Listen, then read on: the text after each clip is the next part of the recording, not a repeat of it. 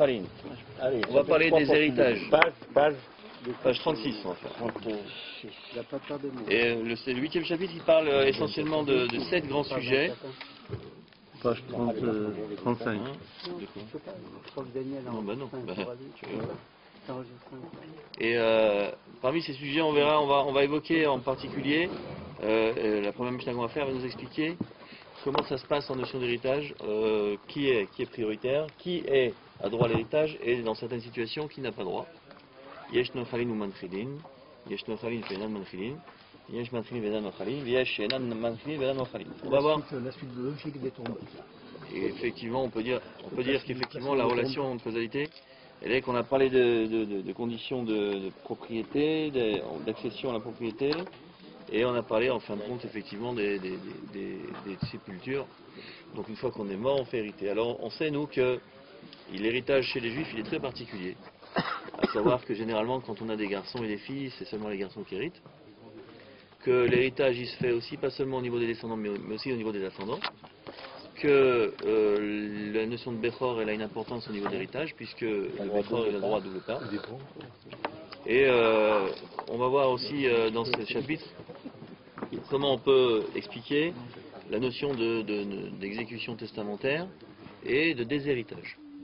On verra ça plus tard. Aujourd'hui, on va définir maintenant comment se manifestent les relations d'héritage entre les héritiers. Et encore une fois, on définit les héritiers comme les descendants, les ascendants, les collatéraux et le conjoint. Et nous, on a l'obligation d'appliquer les règles de la Torah.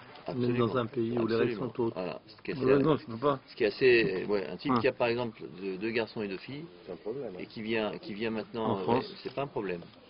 Les filles elles doivent renoncer à leur héritage, d'après la loi du pays, si jamais le pays oblige, ce qui est généralement le cas, à ce que l'héritage soit partagé entre tous les enfants. Mais il y a des obligations par contre qui sont, on verra ça plus tard, qui sont inhérentes aux héritiers vis-à-vis des jeunes filles qui ne sont pas mariées ou qui sont encore mineures. D'accord. Mais est-ce qu'on a l'obligation d'appliquer la loi de la Torah avant la loi du pays? Oui, ça c'est clair. Maintenant, il y a une chose qui est sûre, c'est que si maintenant... D'habitude on applique la loi du pays. Dina de Malkoutadina, il s'applique à condition que ce ne soit pas contraire aux lois de la Torah. Impérativement. Maintenant, qu'est-ce qui se passe? Si jamais vous avez des filles qui, voilà, les parents, après 120 ans, ils ont fait hériter, ils ont une fratrie où il y a deux garçons, deux filles, on va dire, d'accord. Et donc, l'Ainara, ils ont fait hériter un gros héritage. Ouais. Et les filles, elles ne veulent pas renoncer à l'héritage.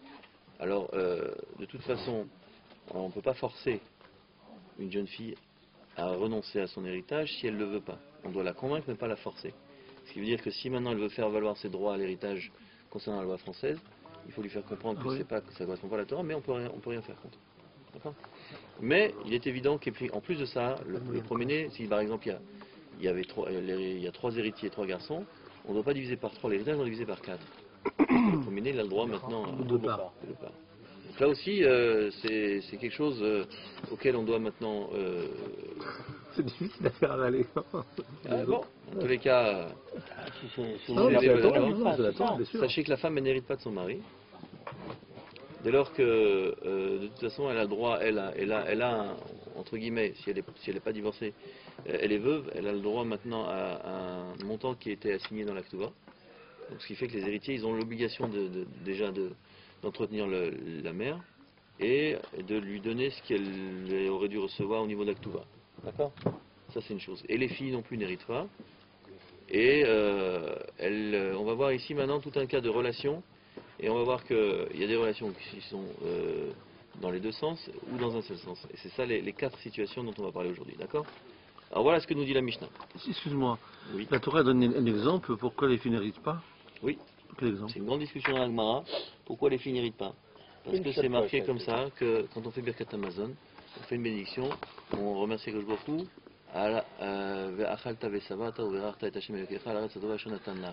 Ouais. Tu remercieras l'Éternel sur le fait que Akadosh Baruch Hu, il t'a donné la terre que tu as arrêtée. Ouais. Et les femmes, la Torah l'a dit qu'elles n'avaient pas le droit à une part dans l'héritage d'Israël.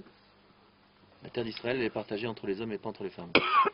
Sauf le cas qui a été mis en exergue. Mais dans l'exemple de Birkat Hamazon, dans l'exemple de Birkat Hamazon que tu donnes, on ne marque pas ni femme homme. Si à un moment donné il y a des passages qui sont marqués, c'est pour ça qu'on dit que les femmes elles n'ont pas un chiyuv minatora de faire Birkat Hamazon. puisque la relation de causalité entre l'obligation du Birkat Hamazon, vous savez, dans la Torah, il y a deux brachot qui sont mis dans la Torah. Toutes les autres, c'est les Chachamim constitués. C'est une Birkat Torah, la bracha avant la Torah, que les femmes n'ont pas à faire, parce que les femmes n'étudient pas la Torah, Ouais. et Birkat Hamazon. Ah bon? Et il y a une discussion dans la Gemara, dans Brachot, est-ce que les femmes elles ont la même obligation que nous? Et la réponse est non. Pourquoi? Parce que justement on a dit qu'on doit faire la bénédiction en relation au fait qu'on a hérité de la terre. Les femmes n'héritent pas la terre d'Israël, donc elles n'ont pas elles n'ont pas l'obligation de faire Birkat Hamazon Minatora. D'accord? Donc de là, par extension, on a dit que, et la Torah l'a dit, qu'une femme elle n'hérite pas de la terre d'Israël, elle n'hérite pas des biens de son père. D'accord? Pour quelle raison? Parce qu'une femme généralement, en principe, elle a la chance de pouvoir se marier et d'avoir maintenant le mari qui a des obligations dans sa ketouva qui sont marquées et qui sont que l'entretien. Maintenant, si le père il veut faire un cadeau à sa fille, il a le droit. Ah ouais, ça. Et faire hériter de son vivant aussi, on verra ça aussi c'est permis. Il peut lui faire une donation de son vivant. Oui, donation de son vivant. Et mieux que ça, si maintenant le père il a que des filles, l'argent il va où? Voilà. Il va aux filles. Voilà. Heureusement. Les filles de Télophrade, qui sont maintenant la manifestation caractéristique de l'histoire, c'est que quand leur père il est mort et qu'il a fallu maintenant qu'il récupère une part dans la terre d'Israël, c'est marqué qu'ils sont allés voir Moshe Rabbeinu, ils lui ont dit, écoute, nous, notre père il n'a pas de fils, donc on a droit à une part quand même. Alors à la condition que, à l'époque où c'était comme ça, qu'il y avait à se marier avec des gens de la tribu dans laquelle ils étaient, donc la terre reste dans la tribu de la famille, ouais. dans la famille, d'accord. Maintenant c'est plus le cas. Mais bon, en tous les cas, c'est clair que voilà, s'il n'y a que des filles, elles ont droit à l'héritage. L'héritage, il passe pas en déshérence. Ouais. On est d'accord? Alors, regardez maintenant ce que la Mishnah elle explique. T'as pas de... concernant ces quatre types de relations dont on va parler. Yesh nochalin ou manchilin. Yesh nochalin velo manchilin. Manchilin velo nochalin. Lo nochalin velo manchilin. C'est dans quelle page là? Page 36. On a des situations où maintenant il y a des proches qui ont des relations où ils peuvent hériter et faire hériter. Il y a des relations de proches où ils peuvent faire hériter, mais ils ne peuvent pas hériter. Des situations où ils peuvent hériter, mais ne pas faire hériter. Et des relations où il n'y a aucune relation de causalité, et ni ils n'héritent, ni ils ne peuvent faire hériter. On va énumérer des situations qui sont celles qui sont ici, et on va voir que vous allez comprendre tout de suite la situation. Par exemple, la première situation. Ve'elu nochalin ou manchilin. Voici ceux qui ont cette relation en double sens, à savoir, ils peuvent hériter, et ils peuvent ensuite, si jamais ils meurent, faire hériter. Alors qui? Ha'av et Abanim, le père et ses enfants, ses garçons. Forcément, le père, il fait hériter ses enfants une fois qu'il est mort. Si jamais les enfants ils venaient à mourir sans avoir de descendants, eh ben l'héritage, il remonte au père s'il est encore vivant. Le père, il hérite de ses enfants. Répète cette dit là. Le père, il peut hériter de ses enfants. Si lui, il est vivant, ses enfants, ils meurent et qu'ils n'ont pas eu de Ah descendants. d'accord. D'accord. Il y a aussi Abanim et Ha'av, donc ça c'est Ve'achin min Ha'av. Et les frères du père, donc les oncles, ils peuvent hériter de leurs neveux, si c'est les seuls héritiers directs qui restent. Et ils peuvent aussi faire hériter leurs neveux s'ils n'ont pas d'enfants et que maintenant il y a un héritage qui passe, c'est les neveux qui récupèrent. Nochalin ou manchilin. Donc s'il a que des filles, je pense un exemple, si ce monsieur il a que des filles, il a des neveux, c'est les neveux qui vont... Ouais. Exact. Non, je dis des bêtises. S'il n'a pas d'enfant, du tout. S'il a des filles, les filles elles sont prioritaires. Ah ouais, c'est ça. Maintenant, s'il n'a pas du tout d'enfants, c'est les neveux qui récupèrent. S'il a que des filles, alors les filles elles passent en priorité. Et l'oncle ou le père, il n'a pas de droit, rien du tout. En principe, on parle comme ça, l'héritage.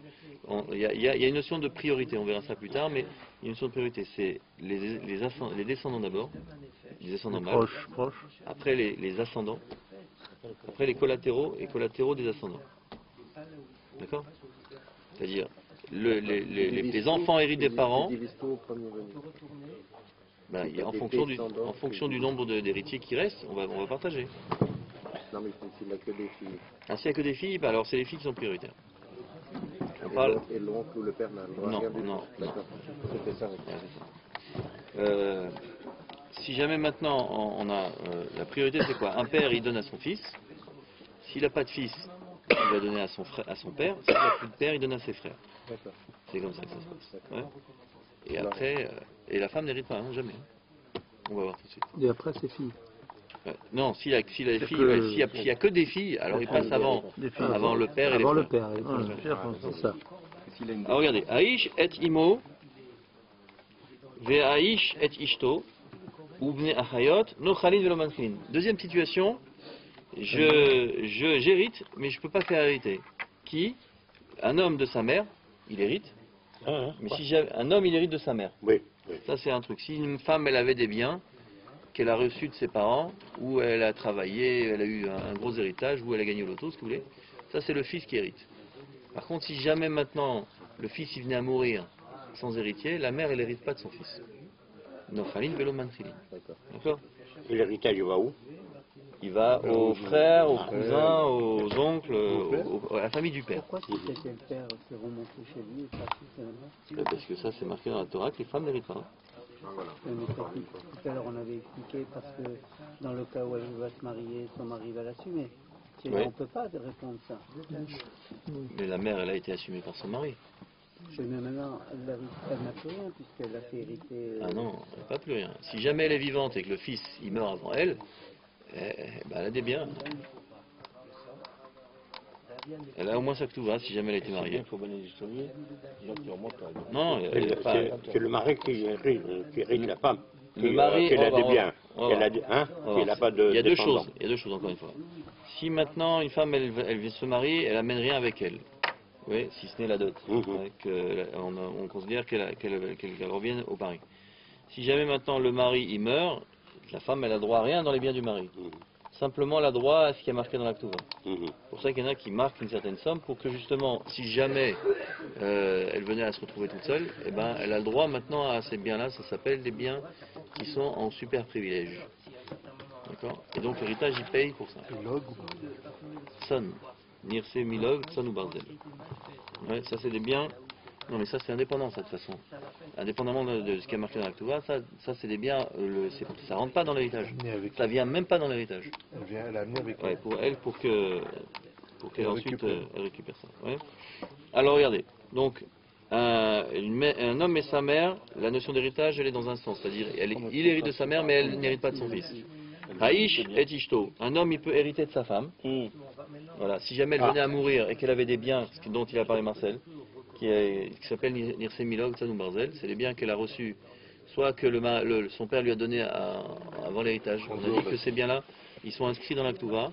Le mari il en a l'usufruit mais pas la nue propriété. C'est-à-dire le mari il peut utiliser le bien pour récupérer maintenant des bénéfices, mais si jamais il devait divorcer, il doit lui rendre le capital. Ouais. Ça ressemble à un contrat Si de jamais- séparation de biens.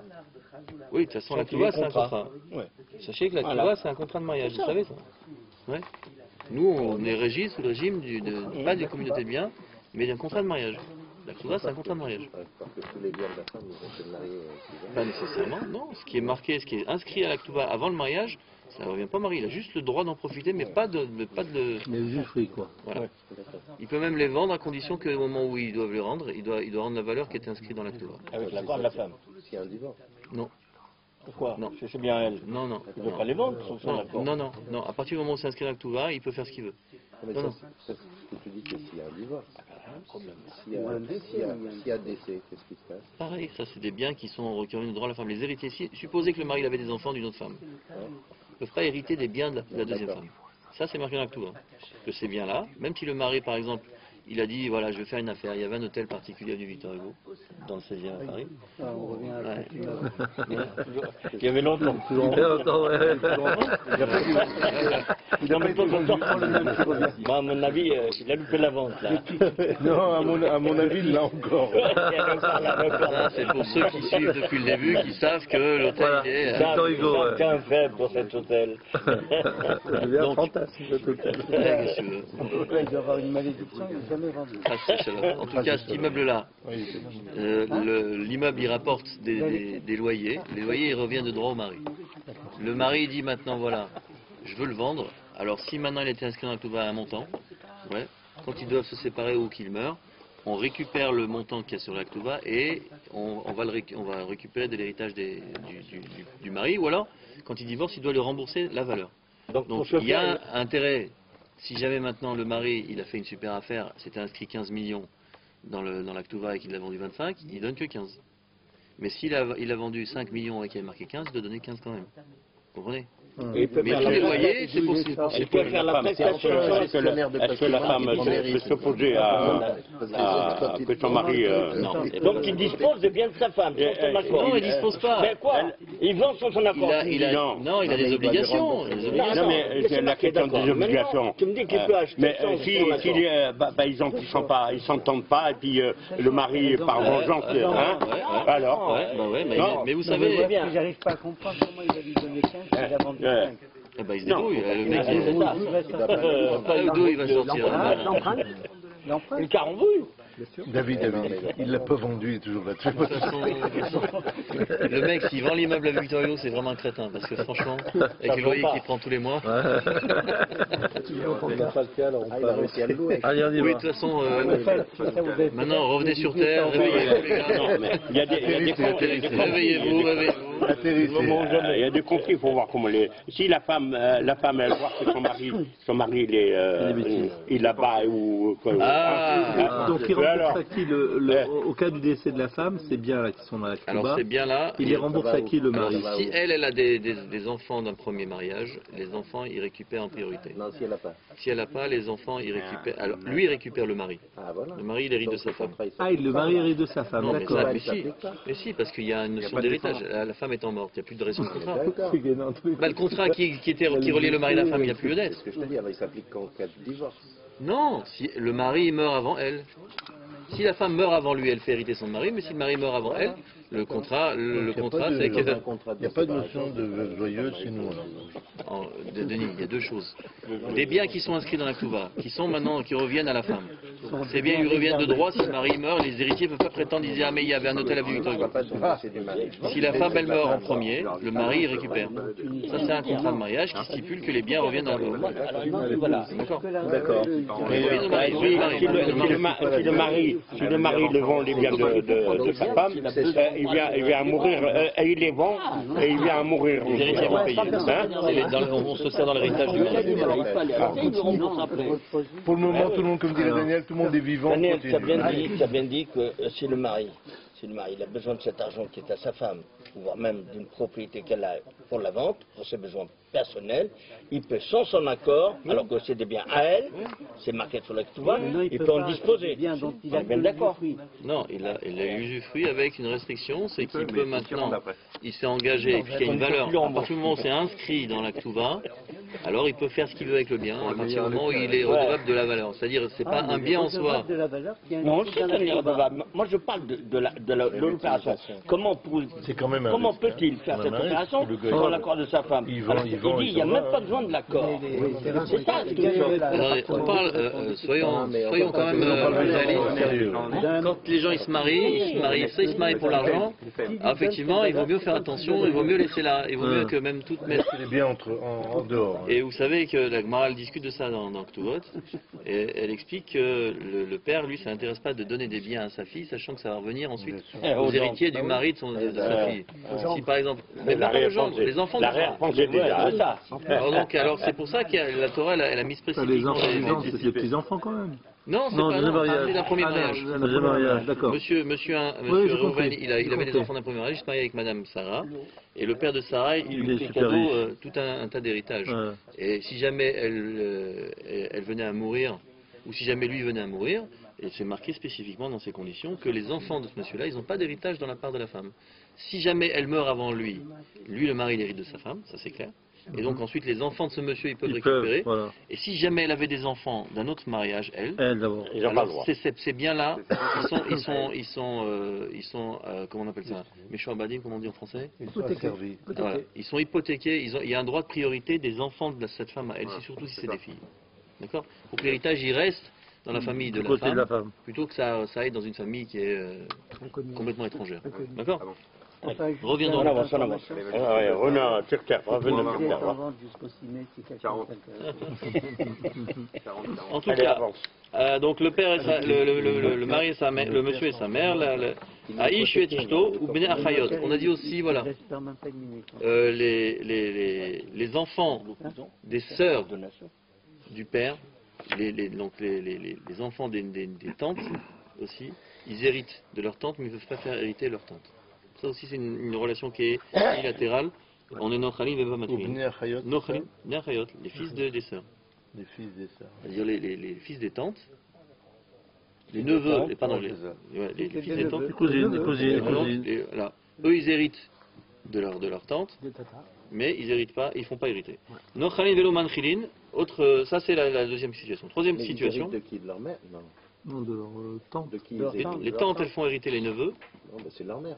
Non, les Non, tantes non, font hériter non, les neveux. Les sœurs du père, Attends, c'est quoi le voilà. Réhouven il a des enfants, ouais. Oui. Et il a des sœurs aussi. Oui. Ouais, si ses sœurs elles viennent à mourir et que Réhouven n'est plus vivant, c'est Elle la meurt relation sans elle passe enfant. comme ça. Elle passe aux enfants de Réhouven. C'est le mort sans enfant. Oui, oui, bien sûr. Bien sûr, bien sûr. Et que le papa n'existe plus, son frère. Oui, oui, n'existe les plus. seuls héritiers, c'est les neveux, c'est eux qui D'accord, passent en ok. priorité. Enfin, les seuls héritiers.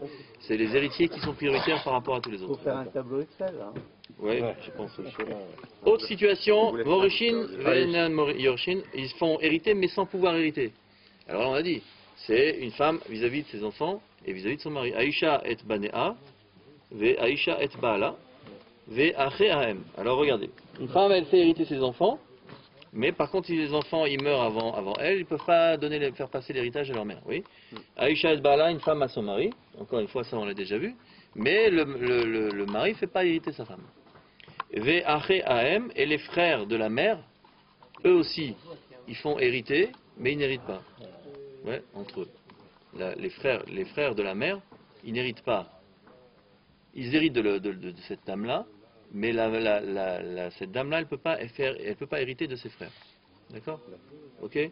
Ça c'est, donc, manchilin velo nochalin. Ils font hériter sans pouvoir eux-mêmes hériter, aussi relation unilatérale. Maintenant, là où il n'y a jamais de notion de relation d'héritage, c'est achim minahem lo nochalim velo manchilim. Les frères de la mère, ils ne peuvent pas hériter, et ils ne peuvent pas non plus faire hériter entre eux. C'est-à-dire, les frères. Oui, La mère. Ils ne peuvent pas faire hériter leur mère. Moi, je parle des frères de la mère. Ouais, les frères, ils ne peuvent pas faire hériter la mère. Et la mère, elle ne fait pas hériter ses enfants.